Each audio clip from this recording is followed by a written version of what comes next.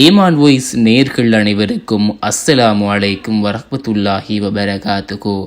பிறந்த இக்குழந்தைக்கு ஹஜருல் அஸ்வத் கல்லை முத்தமிடுவதற்கு அனுமதிக்கின்றார்கள்.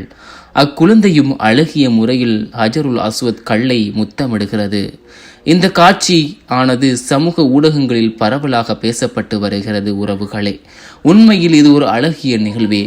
அந்த சிறு குழந்தைக்கு இந்நிகழ்வில் இருக்கும் நன்மைகளை அறிந்தும் அறியாமலும் இருக்கலாம். ஆனால் அக்குழந்தைக்கு இவ்வழகிய வாய்ப்பை அருளையும் வழங்கிய அல்லாஹு தாலா தன் அடியார்களை அதிகம் நேசிக்க கூடியவனே, தான் விரும்பியவர்களுக்கு எண்ணில் அடங்காத அருளை வழங்கக்கூடியவனே.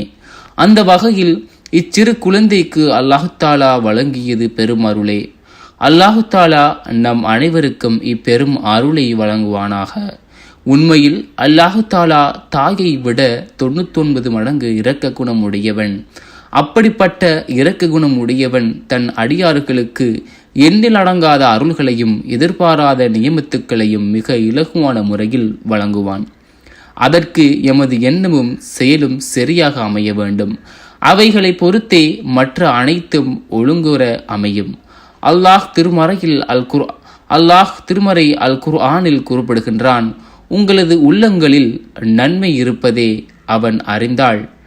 உங்களிடம் இருந்து எடுத்துக்கொள்ளப்பட்டதை விட சிறந்ததை அவன் உங்களுக்கு வழங்குவான் என்று. உண்மையில் இவ்வழகிய வசனமே ஒரு அடியானுக்கும் ஈமானிய உள்ள அடியார்களுக்கும் போதுமானது. நாம் பின்பற்றுவதற்கு மன ஆறுதலுக்கும் அல் குர்ஆன் மற்றும் இறை தூதர் காட்டிய வழிமுறையுமே போதுமானது. நிச்சயமாக அல்லாஹு தாலா இரக்க குணம் உடையவன், மன்னிக்க கூடியவன்.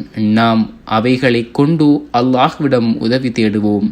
நிச்சயமாக அல்லாஹ்வையே நம்பி அவனை சார்ந்து இருப்பவர்களுக்கும் அவன் ஒருவனே போதுமானவன். அல்லாஹு அக்பர்.